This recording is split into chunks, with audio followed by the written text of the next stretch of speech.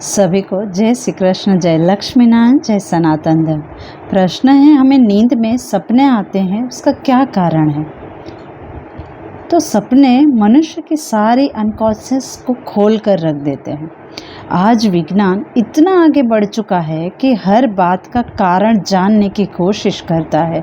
उसमें से एक है लोगों के दिमाग को खोल कर पढ़ना। तो दिमाग को पढ़ने के लिए विज्ञान ने सपनों का रास्ता बनाया, ड्रीम एनालिसिस करके। सिगमंड फ्रॉइड की बुक है एनालिसिस ऑफ ड्रीम। इस बुक में सपनों का सारा वर्णन मिलता है। विज्ञान कहता है कि सपनों के पीछे साइकोलॉजी, भावनाएं काम करती है, जो कॉन्शियस माइंड उसको बाहर निकलने नहीं देता।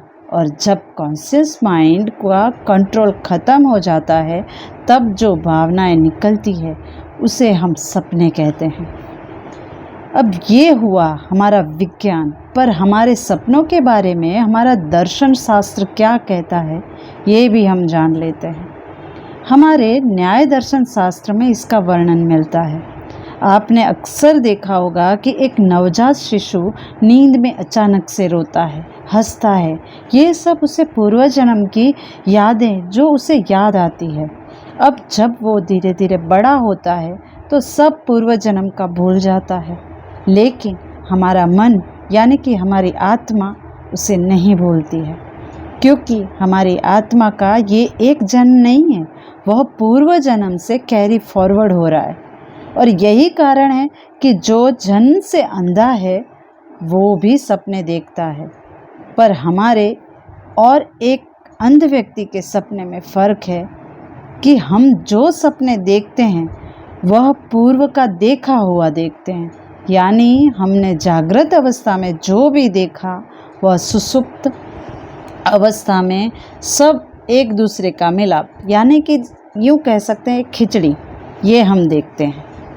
आपने जो भी सोचा और कहा कि काश मैं ये होता, मेरे पास ये होता, वो होता, ऐसा होता, ऐसा नहीं होता, क्यों, कैसे इत्यादि, ये सब आपके चेतन से अवचेतन मन में एकत्र होता है।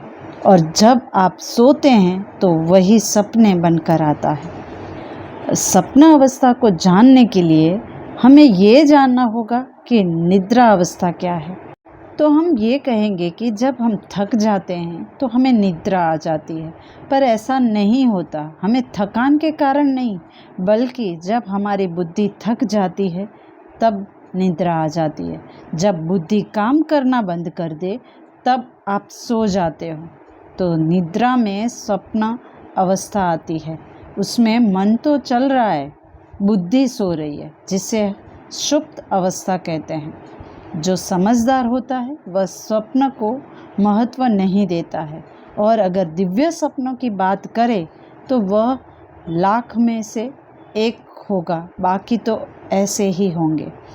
और जब मन सो जाता है, यानी कि अर्ध जागृत मन भी सो जाता है, तभी आप गहरी नींद में चले जाते हैं, तभी आपको सपने नहीं दिखते, जिसे हम सुषुप्त अवस्था कहते हैं। तो अनुभव करना मन के अवस्था में था, तो मन के सो जाने से कुछ भी अनुभव नहीं होता।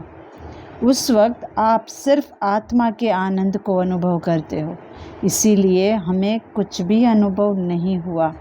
तब हम हकीकत में बहुत कुछ अनुभव करते हैं। आशा है आप सभी को सपनों का अर्थ समझ आया होगा। धन्यवाद। अस्तु।